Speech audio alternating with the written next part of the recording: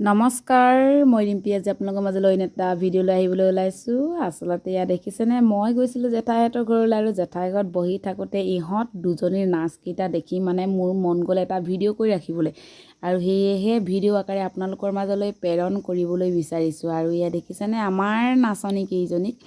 আচলতে গানটো আপোনালোকক শুনোৱাব নোৱাৰিম কাৰণ মোৰ কপিৰাইট লাগি যাব, সেইকাৰণে মই গানটো শুনোৱা নাই। কিন্তু ইহঁত কেইজনী ভৱিষ্যতে যে এজনী নাচনী হ'ব তাৰ আশাৰে আপোনালোকৰ মাজৰ পৰা অলপ আশীৰ্বাদ বিচাৰিছোঁ। আপোনালোকে আশীৰ্বাদ কৰিব যাতে এওঁলোকে ভৱিষ্যতে এজনী ভাল নাচনী হ'ব পাৰে। দেখিছেনে ইহঁত কেইজনীৰ নাচ দেখিলেই আপোনালোকে একেবাৰে পাগল হৈ যাব। মানে কি ধুনীয়া নাচিছে চাওকচোন। ইহঁত কিন্তু একেবাৰে সৰু সৰু, মানে এগৰাকী 2 বছৰ হৈছে, এগৰাকী 3 বছৰ হৈছে, কিন্তু নাচকেইটাত এওঁলোকক নক'ব 2 বছৰীয়া 3 বছৰীয়া, ইমান ধুনীয়াকৈ নাচিছে সঁচাকৈয়ে।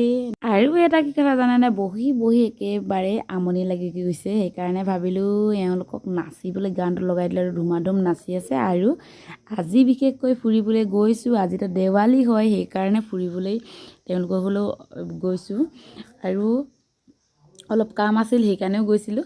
আৰু গৈ মানে কি হ'ল, আজি মোক একদম তেওঁলোকৰ ঘৰত ভাত খাবলৈ ৰখাইছে দেই, সেইকাৰণে বহুত ভাল লাগিছে।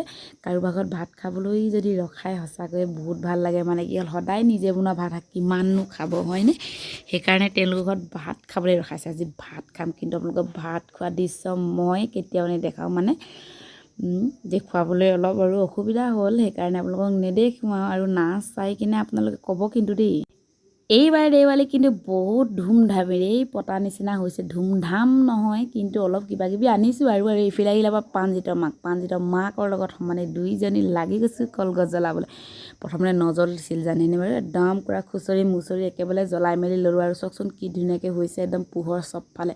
আচলতে সৰুতে জ্বলাই নাপালোঁ, সেইকাৰণে আৰু এতিয়া পাইছোঁ বুঢ়ী হ'লেও কিহে পাই জ্বলাই দিছোঁ। আৰু জঁপিয়াই যোৱাকৈ জ্বলাইছোঁ, মানে কেনেবাকৈ উফৰি পৰিলে কেনেবাকৈ জ্বলি মেলি যাম নেকি বুলি ভয় লাগে। একদম পূৰা দেখিছে ন, আমাৰ দিনত এইবিলাক নোলালে, সেইকাৰণে আমি ফূৰ্তিও কৰিব নাপালোঁ।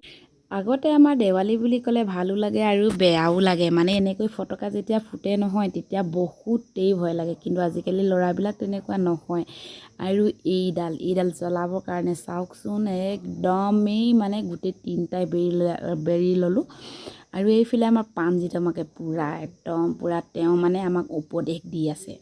আৰু তেওঁ কিন্তু দূৰত আছে, মানে ভয় কৰে। আৰু এইফালে চাওকচোন, ইহঁতকেইটাইও এবাৰ লগ হৈ লৈছে, মানে দুইটাই একেবাৰে আৰু জ্বলাবলৈ চেষ্টা কৰিছে, কিন্তু জ্বলাবলৈ নেজানিছে।